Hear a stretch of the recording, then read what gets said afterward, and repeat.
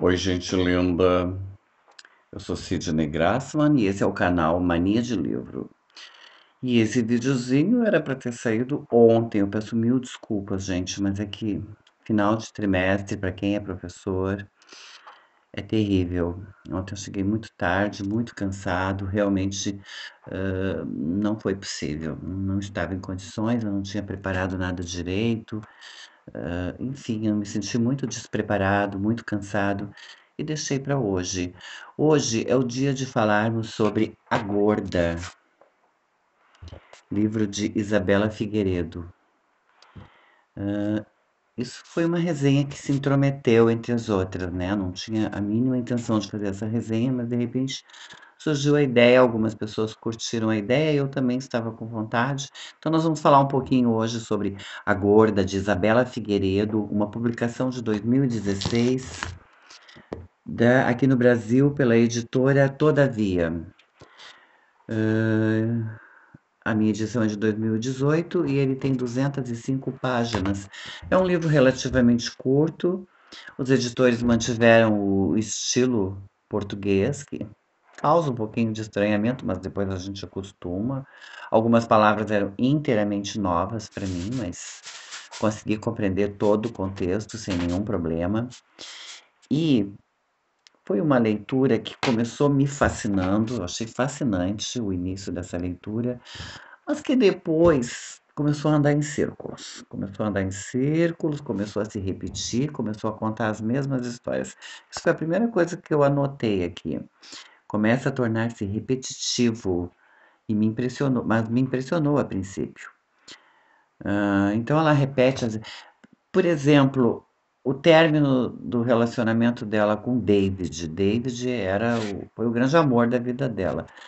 Ela contou esse término 3 ou 4 vezes. Então a impressão que eu fiquei é que um livro de 205 páginas, que poderia ter sido escrito em, vamos dizer, 120 páginas, mas que ela talvez tenha exigido dela mesma um número maior de páginas, talvez ela tenha achado que cento e poucas páginas era muito pouco. Eu não sei o que realmente aconteceu, gente, mas a coisa é assim. Uma vez que ela esgotou o seu manancial de histórias, e são histórias interessantíssimas, porém são aquelas mesmas, ela torna a se repetir e torna a se repetir e faz isso várias vezes. A capinha é um charme. Eu vi uma outra capa hoje, que eu acho que é da primeira edição, que eu achei muito mais bonita do que essa aqui. Mas essa aqui também é fofinha, é um charme. O título é outra coisa que, no primeiro momento, meio que. Não é que incomoda, né? Mas eu achei meio grotesco, chamou um pouco a atenção, mas depois eu entendi melhor, né? Como ela, a autora Isabela, também está na mesma situação da sua personagem Maria Luísa, ela não fala de um jeito pejorativo, ela não fala gorda, como quem quer ofender, né? Ela fala mais em como ela se sente naquela condição e como todos pareciam enxergar Maria Luísa, Isabela, através de Maria Luísa. Porque, gente, isso aqui tem fortíssimas pinceladas autobiográficas. Eu acredito que nós podemos chamar isso aqui de um romance autobiográfico ou uma autobiografia romanceada, não sei que nome dá, porque hoje em dia os estilos meio que se confundem, os gêneros não são mais tão precisos como anos atrás, que a gente estudava o romance, a biografia, a crônica, e uma coisa não ia na gavetinha da outra, e hoje em dia não é mais assim, né? Isso aqui, por exemplo, é uma ficção, porém é uma ficção que a gente percebe, pelas coisas que eu li sobre a autora Isabela Figueiredo, percebe-se que Maria Luísa não é outra senão a própria Isabela Figueiredo. Mas aqui e ali ela abusou bastante da ficção, inclusive mais para o final ela já estava assim falando através de metáforas. Eu achei muito interessante. Salta aos olhos o aspecto poético desse livro. Ela é muito lírica. É um livro assim. Ele é bonito. Acho que essa é a grande característica positiva desse livro. Ele é bonito, ele vale a pena. Só que como eu disse, ela, na minha concepção, ela se repetiu demais, né. Ela começa falando porque essa moça, a Maria Luísa e também a Isabela, né, elas nasceram em Moçambique. Elas são, portanto, elas são portuguesas africanas, né. Na verdade, elas, pelo nascimento, são africanas, mas elas são literatura portuguesa, né, muito, eu não vou falar elas, porque daí fica meio confuso, né, eu vou me referir apenas, a Maria Luísa. A personagem. Maria Luísa nasce na década de 19, dos anos 1960 em Moçambique. Moçambique era então uma colônia de domínio português, né? Pertencia a Portugal. E em 1975, os moçambicanos conseguem a sua independência. Tornam-se um país independente. A capital, que se chamava Lourenço Marques, passa a se chamar Maputo, como é até hoje o nome, que é um nome mais africano, que tem mais a ver com a personalidade do local. Inicia-se então em 1975 um processo de descolonização e os portugueses batem em retirada. A família de Maria Luísa, inclusive. Maria Luísa, então, volta para Portugal. Ela é uma menina de 12 anos, em 1975. Ela. Você já sabe, né? São as minhas gatas, isso mesmo. Eu tinha rezado aos céus para que elas não fizessem isso, mas estão fazendo.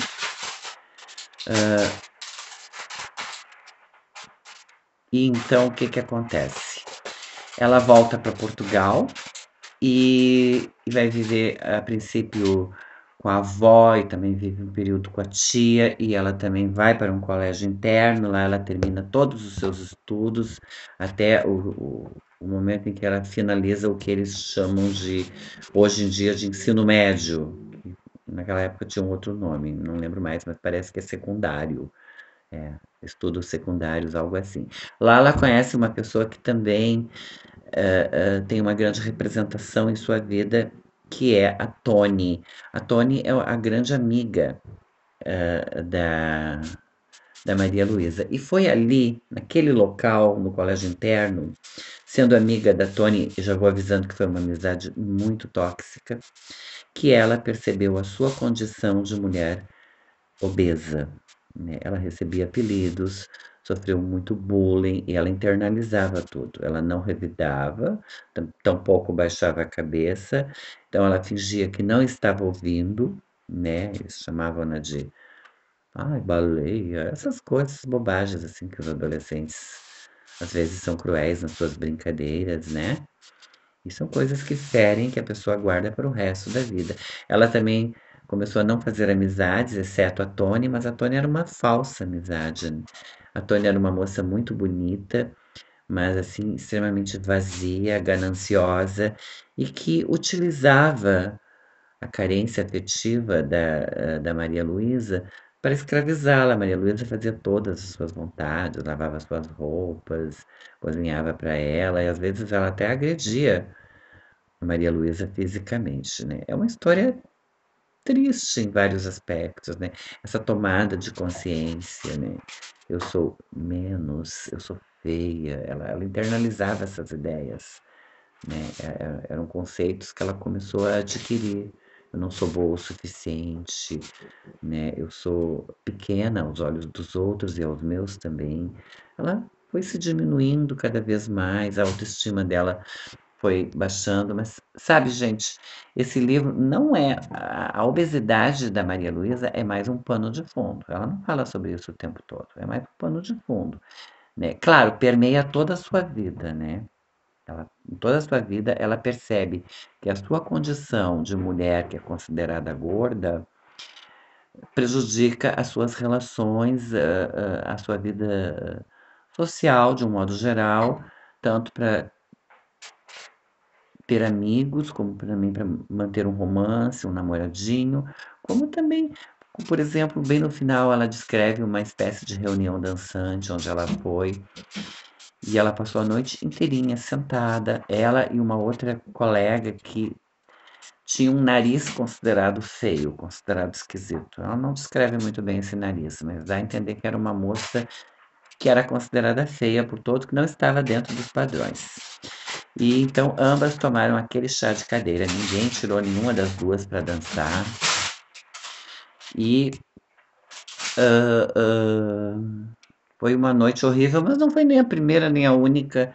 Ela viveu várias situações parecidas com isso, né? De ser rejeitada pelos rapazes, de não ter a amizade das meninas. A Tony, aos poucos, ela foi se dando conta de que Tony era uma pessoa muito tóxica. Então, aos poucos, ela vai se desapegando da Tony, ela vai rompendo a amizade com a Tony, vai para Lisboa, e aí onde ela conhece o David, né? Ela também vive, eu não tenho certeza, mas eu acho que ela viveu mais em Almada do que em Lisboa. Almada é a cidade onde viviam seus pais. Esse livro é muito sobre os pais dela e a relação que ela tinha com os pais.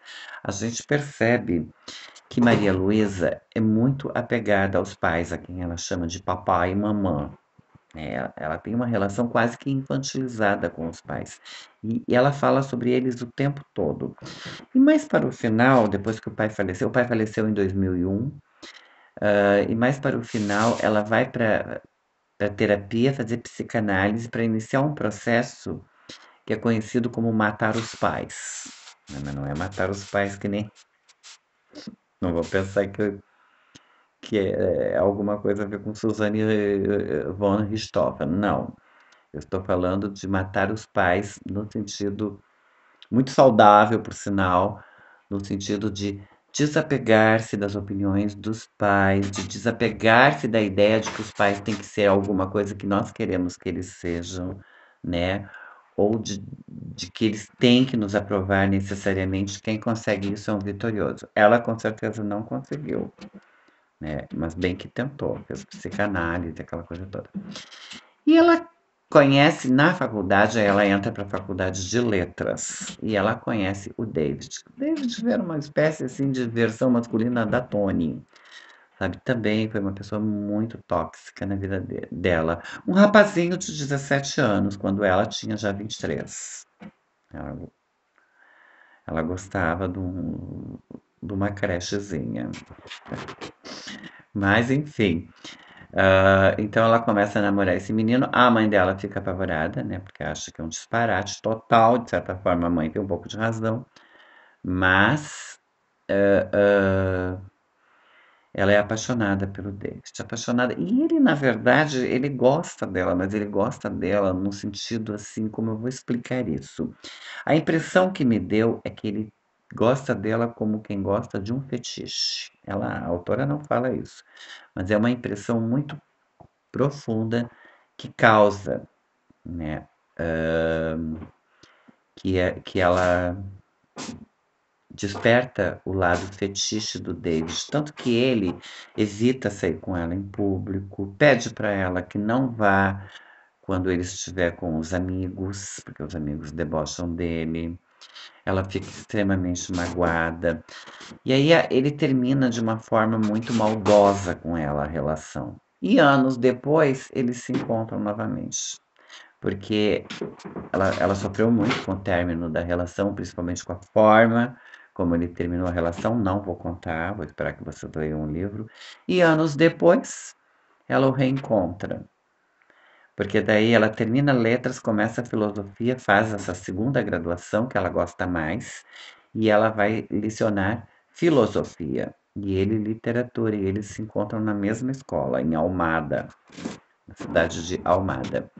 E é quando ela descobre que ele está casado, tem duas filhas, mas eles se tornam amantes por um período. Se tornam amantes e mais uma vez ele termina a relação. Ela conta essa história 3, 4 vezes, até que começa a ficar um pouquinho irritante. Ela faz em 2013 a cirurgia, que eu até anotei o nome, conhecida como gastrectomia. E aí eu descobri, pasmo, que nós conseguimos viver sem o estômago, porque a gastrectomia é a retirada de parte ou até de todo o estômago, se Mas todo eles retiram não em casos de obesidade, em casos de tumores. Não sabia que era possível viver sem o estômago. E a gastrectomia, ela é uma cirurgia delicada, mas com um grande número de sucesso.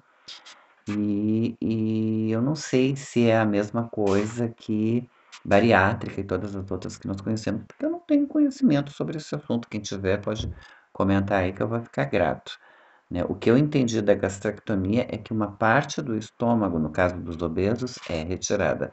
Mas ali ficou um vácuo, porque ela, um vácuo que eu quero dizer, um hiato, ela não explica assim, em profundidade, a transformação psicológica que ela obteve através da cirurgia, né? Dá até a entender que não mudou muita coisa na vida dela.